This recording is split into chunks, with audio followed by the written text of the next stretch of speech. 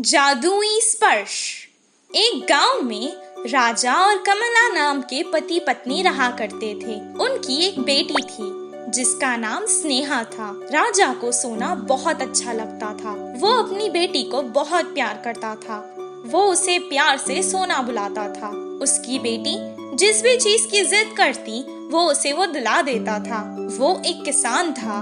उसके खेत में एक आम का झाड़ था। वो उस आम के पेड़ को भगवान की तरह पूजता था। वो पेड़ को रोज पानी दिया करता था। उस पेड़ पर एक देवी रहा करती थी। वो राजा से बहुत प्रसन्न थी, इसलिए वो उसके सामने प्रकट हुई। अचानक एक देवी को उसके सामने देखकर वो बहुत खुश हुआ। राजा, मैं तुम्हारी भक्ति और सेवा से बहुत खुश हुई। मैं तुम्हारी एक इच्छा पूरी कर सकती हूँ। बिना कुछ सोचे समझे अपनी इच्छा बताओ। मैं जिस भी चीज को हाथ लगाऊं वो सोने की बन जाए। मुझे ये वरदान दो माँ। बिना कुछ सोचे समझे राजा ने अपनी इच्छा कह दी। एक बार फिर से सोचकर वरदान मांगो। माँ, मुझे सोना बहुत पसंद है, इसलिए मैंने ये वरदान मांगा है। तब देवी ने कहा, ठीक है, तुम्हारी मर्जी। अब से तुम जिस भी चीज को छूओगे वो सोने में बदल जाएगी। वो अपनी शक्ति को आजमाना चाहता था, इसीलिए वो पेड़ से गिरे एक आम को छुआ और वो आम सोने में बदल गया और चमक रहा था। देवी का दिया हुआ वरदान काम कर रहा है। ये देखकर वो बहुत खुश हुआ। फिर एक बार वो अपनी शक्ति को आजमाना चाहता था, इसीलिए उसने आम के पेड़ को छुआ। वो भी सोने का बन गया। इस आम के पेड़ को यहीं पर छोड़ देता हूँ। अगर किसी भी गांव वाले को जरूरत होगी तो वो इस पेड़ से कुछ सोना ले जाकर अपनी जरूरत पूरी कर लेगा। इतना कहकर वो अपने घर वापस चला गया और अपनी पत्नी को सारा किस्सा सुना दिया। तभी उसकी पत्नी को दिखाने के लिए वो घर में रखे कुछ चीजों को छूने लगा और वो सोने में बदल गई। कुछ देर के लिए उसकी पत्नी बहुत खुश हुई, लेकिन इसका परिणाम सोचकर वो दुखी हो गई। कुछ देर बाद स्नेहा पाठशाला से घर वापस आ गई। पिता को देखकर वो तुरंत उसके पास आ गई। पिताजी, पिताजी, और अपने पिता के पास खड़ी हो गई। राजा उसे बहुत प्यार करता था, इसीलिए जैसे ही उसने देखा कि वो बच्ची उसके पास आई है, उसे अपनी बाहों में ले लिया। पर जैसे ही उसने स्नेहा को अपने हाथ में लिया, वो बेचारी बच्ची सोने की गुड़िया बन गई। राजा को सोना बहुत पसंद था, पर अपनी बेटी से ज्यादा तो नहीं। अपनी बेटी को ऐसे देखकर वो रोने लगा। अचानक वहाँ वो वरदान वाली देवी प्रकट हुई और कहने लगी, क्या हुआ राजा, क्यों याद किया मुझे? मुझे ये वरदान नहीं चाहिए माँ, ये वापस ले लो और मुझे मेरी बेटी दे दो। मैंने तभी तुमसे कहा था ना कि दोबारा सोच समझकर वरदान मांगो। ठीक है, जैसा तुम चाहो। अब तुम्हारे पास कोई शक्ति नहीं होगी, तुम साधारण इंसान हो जाओगे और जो भी चीजों को तुमने छुआ है वो सोने से वापस साधारण हो जाएंगी। जैसा देवी ने कहा था, उसकी शक्तियां भी चली गई और जो चीजें उसने सोने में बदल दी थी वो भी साधारण पैनी जैसी हो गई। इसके बाद उसने कभी लालच नहीं किया और अपने परिवार के साथ खुशी खुशी रहने लगा। इस कहानी से हमें ये शिक्षा मिलती है कि अपने पास जो होता है उसी में खुश रहना चाहिए। हाथी पे सवार शेर। एक जंगल में एक शेर था। वो उस जंगल का राजा था। वो बहुत घमंडी था। एक दिन उसने लोमड़ी को बुलाया और कहा कि सभी जंगल के जानवरों को एक साथ इकट्ठा करो। उसी तरह उसने सभी जानवरों को बुलाया। सब जानवर एक जगह जमा हो गए, पर शेर अभी तक वहां नहीं आया था। वो एक दूसरे से बातें करने लगे।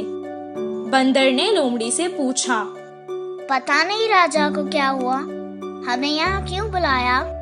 लोमड़ी ने जवाब दिया, मुझे क्या पता क्यों बुलाया होगा। उन्होंने मुझसे कहा सबको यहाँ बुलाओ, मैंने बुला लिया। अगर मैं तुम्हारी तरह सवाल करता तो मैं भी यहाँ जिंदा नहीं होता। हाँ बिल्कुल लोमड़ी बहन, सच कहा तुमने, हमारा राजा है ही ऐसा।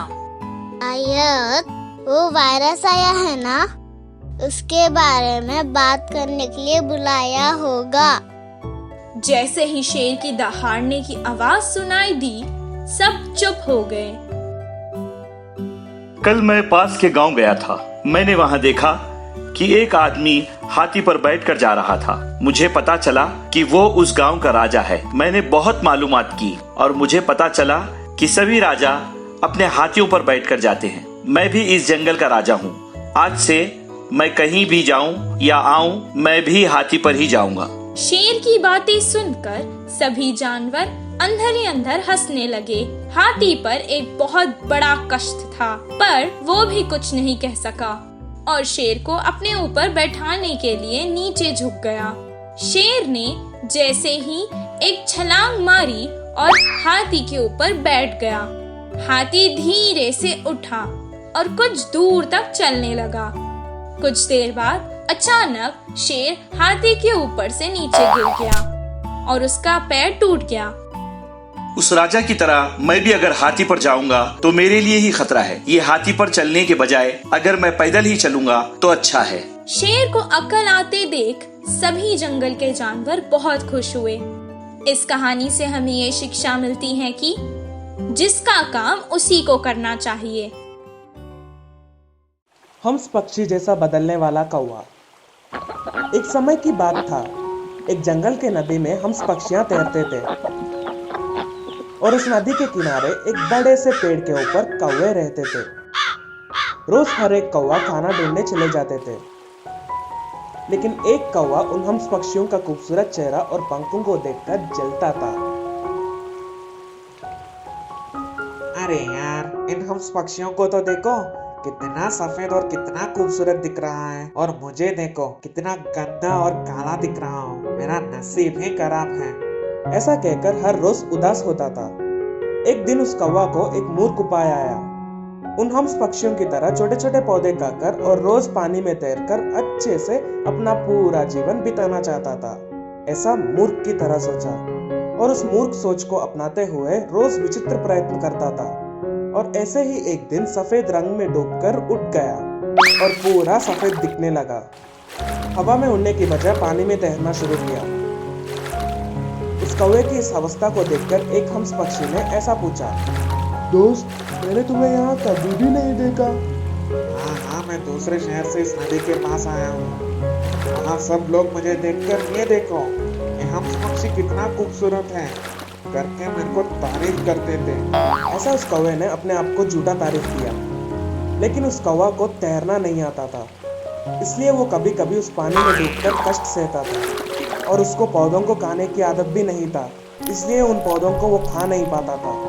फिर भी उस कौवे ने हंस पक्षी की तरह बदलने के लिए जिद पकड़कर बहुत कष्ट देते हुए प्रयत्न करता था, लेकिन वो हंस पक्षी की तरह कभी भी नहीं बन पाया और उल्टा पूरा शरीर का ताकत खो बैठा और भी कुरूप और बुरा दिखने लगा। उस कौवा के रूप को देखकर हंस पक्षियों ने भी मजाक उड़ाना शुरू किया और उस कौवे ने भी सबक सीखा कि मैं इतना प्रयत्न करने से भी कुछ भी नहीं मिला और भी कुरूप और बुरा दिखने लगा और मेरा ताकत भी पूरा खो बैठा।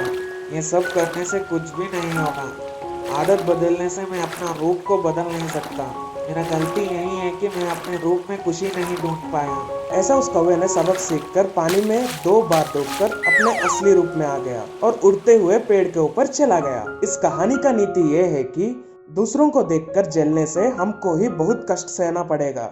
लोमड़ी और शेर को बुद्धू बनाने वाले हिरन। एक समय की बात था, एक जंगल में एक लोमड़ी रहता था। वो बहुत दिनों से कुछ भी नहीं खाया। अरे यार, आजकल खाने के लिए कुछ भी नहीं मिल रहा। सोच रहा हूँ अगर मृगराज, शेर कुछ शिकार करके जितना वो खा सकते हैं उतना खाकर बचे हुए खाना हम जैसे छोटे जानवरों को दे सकते हैं तो बहुत अच्छा होगा। लेकिन उन्होंने तो तपती धूप की वजह से अपने घर से बाहर ही नहीं आ रहा है। अगर ऐसे ही चलता रहा तो मैं जल्द ही मर जाऊंगा। ऐसे दुखी होकर उस दिन उस जंगल में घूमता रहा। ऐसे घूमते घूमते एक जगह पर एक हिरन अकेला घास खाता हुआ दिखा। हिरन को देखते ही उस लोमड़ी के मुंह में पानी आ गया। आहा, कितना अच्छा दिन है। अगर मैं इस हिरन को खाऊं तो 10 दिन तक कुछ भी खाने की आवश्यकता नहीं होगा। लेकिन इस हिरन को कैसे मारूं? ऐसे सोचता हुआ लोमड़ी को नजदीकी नदी के पास एक शेर दिखा। अगर वो शेर उस हिरन को शिकार करके मार दिया तो जितना वो खा सके उतना खाकर बचे हुआ पूरा मांस उसका होगा। ऐसे सोचकर वो लोमड़ी शेर के पास जाकर बहुत विनय के साथ, हे जंगल का राजा, अगर आप इस सेवक को एक मौका देंगे तो मैं आपको एक विषय बताना चाहता हूँ। अगर वो मेरे लिए अच्छा है तो तुरंत ही उस मौका का अच्छा उपयोग करो। शेर ने ऐसा कहा। आपको जो हानिकारक होगा वो मैं जीवन में कभी भी नहीं कर सकता। तुम्हारे बुरी योजनाओं के बारे में तो पूरी जंगल जानते हैं। तुम्हारे बड़े चढ़ाऊ बातों को बंद करके विषय बताओ। यहाँ से थोड़ी सी दूर एक हिरन घास खा रहा है। हाँ, ऐसी बात है क्या? ऐसी बातें इतने देर से नहीं बोलते।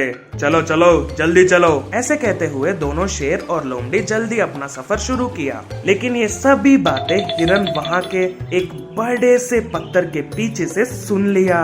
हिरन और शेर बहुत जिज्ञासा के साथ जब तक वो जगह पर आया, वहाँ ना तो हिरन था या कुछ भी जानवर नहीं था। हर तरफ देखा और कहीं भी हिरन नहीं दिखा। ये सब देखते हुए शेर को लोमड़ी पर बहुत गुस्सा आया। क्या लोमड़ी, क्या तुम मुझसे ही खेल रहे हो? लू लगकर मैं नदी के किनारे सो रहा था। तुम मेरे पास आकर हिरन है बोलकर झूठी तसल्ली दिया। नहीं महाराज, हिरन यही कहीं था, मेरे बात को यकीन कीजिए। ऐसा लोमड़ी कहा। ऐसा कहने से भी शेर उसको मारने का डर उसको बहुत था। हिरन नहीं हो तो क्या हुआ, तुम मुझे मिल गया। ऐसे कहते ही लोमड़ी को पकड़कर मार दिया। इस कहानी का नीति ये है कि बुरे लोगों को बुराई ही मार देता है।